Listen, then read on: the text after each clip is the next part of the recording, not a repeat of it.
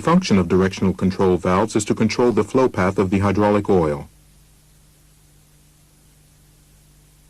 This is a two-way valve with its circuit symbol. It has 2 ports and 2 switching positions, which is where it gets its name. And this is how it works. In one of the 2 switching positions, the flow of hydraulic oil is blocked. In the other, it's opened.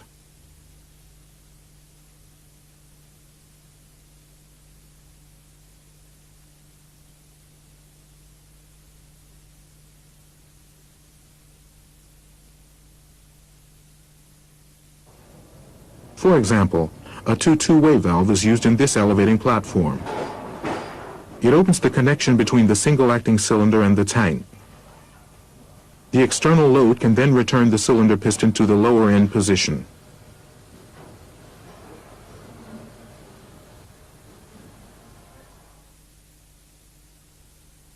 As its name says, a two-way valve also has 2 switching positions but 3 ports. For example, 1 to the pump, 1 to the drive unit, and 1 to the reservoir. In this valve, the port to the pump is blocked when the valve is in its normal position. When the valve is actuated, the hydraulic oil can flow to the cylinder. The piston advances. When the valve is released, the flow of oil is stopped. In our example, an external force presses the piston back into its retracted end position and the hydraulic oil to the reservoir, because the port to the reservoir is now open.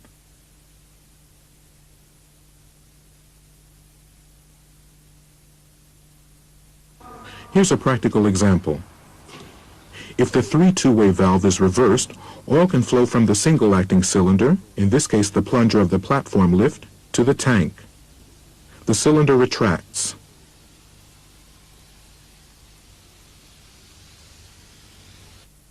This is a two-way valve, a valve with 4 ports and 2 switching positions. An additional working port has been added here.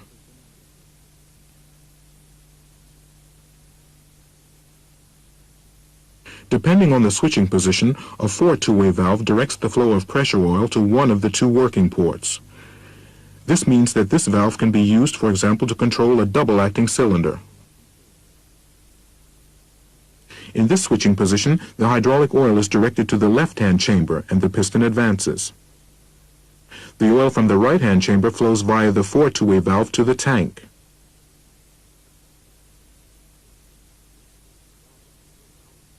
If the valve is reversed, both flow paths for the oil are reversed. The piston retracts again.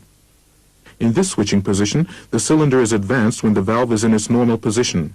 When the valve is actuated, the cylinder retracts.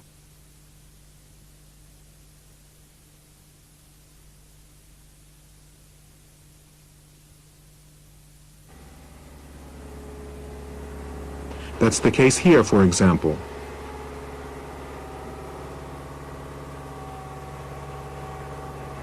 When the excavator shovel is opened.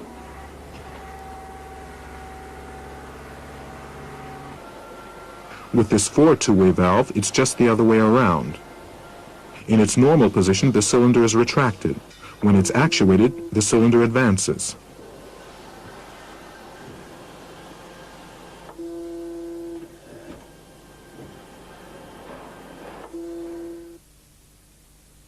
This valve differs from the two-way valve in that it has 3 switching positions.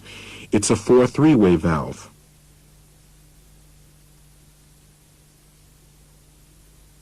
When this valve is in the mid position, all of the ports are blocked, which means it has a positive piston overlap.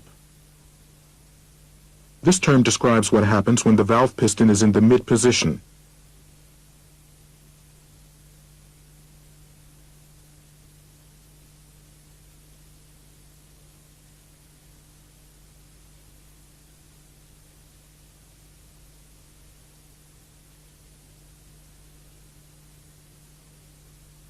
With this valve, the motion of the piston can be stopped or reversed at any point.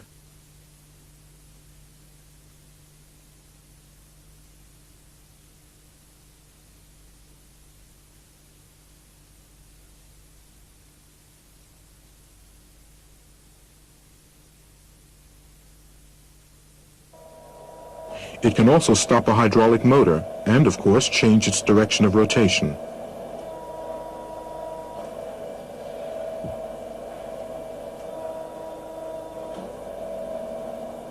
This is the circuit symbol for a 4-3-way valve with positive piston overlap. With this 4-3-way valve, we have a negative piston overlap. As we can see, the supply and exhaust ports are not closed by the pilot piston in the mid position. All lines are interconnected.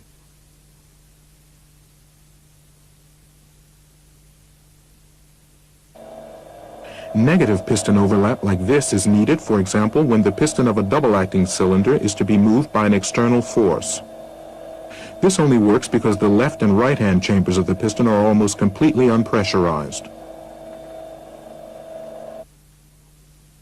We can also have positive and negative piston overlap within one multi-position valve.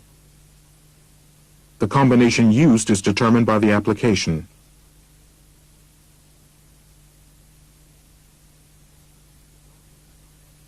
In the valve represented by this circuit symbol, the function has the same effect on the drive units. It stops them. But the pressure port to the pump and the reservoir return line are connected.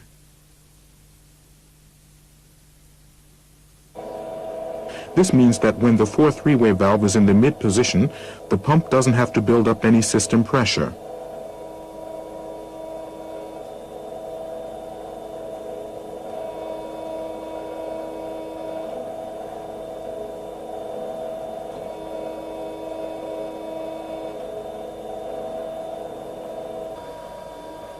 This experiment illustrates another characteristic of directional control valves, switching overlap.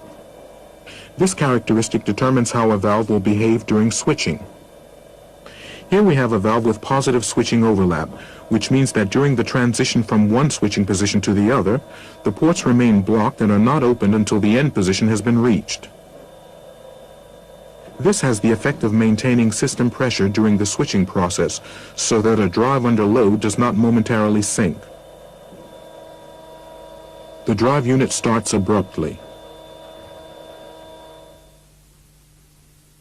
The circuit symbol shows this clearly. Switching overlap is noted to the right and left of mid-position in the broken line box. And here the ports are closed.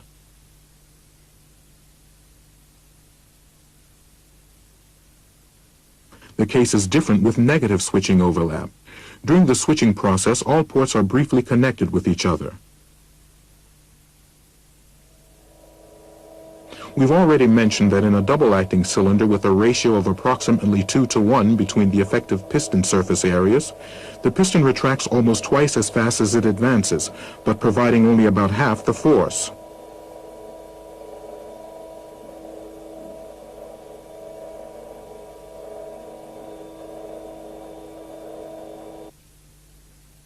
To make advance and retraction the same, a 3-2-way valve can be used to set up a differential circuit. The line to the piston rod chamber is not connected to the valve, as is normally the case, but is connected to the pressure line between the pump and valve. As we can see, this means that the rod side is always under full system pressure. When the valve is actuated, the pump builds up pressure in the left-hand chamber as well. The piston moves because the effective piston surface area on this side is larger than on the other. This causes additional oil to be pushed from the right-hand chamber into the left. So we get a higher flow rate consisting of the pump delivery and the recirculated oil.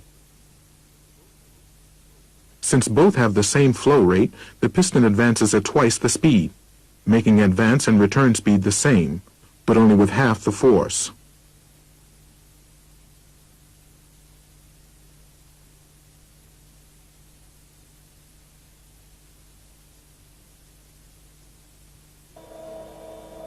This is a differential circuit with a 4-3-way valve and mid-position bypass. In this switching position, the piston retracts rapidly.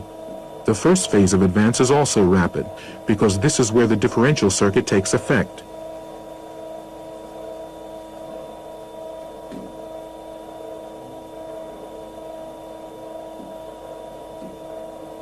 In the second phase, the piston continues to advance, but only half as fast.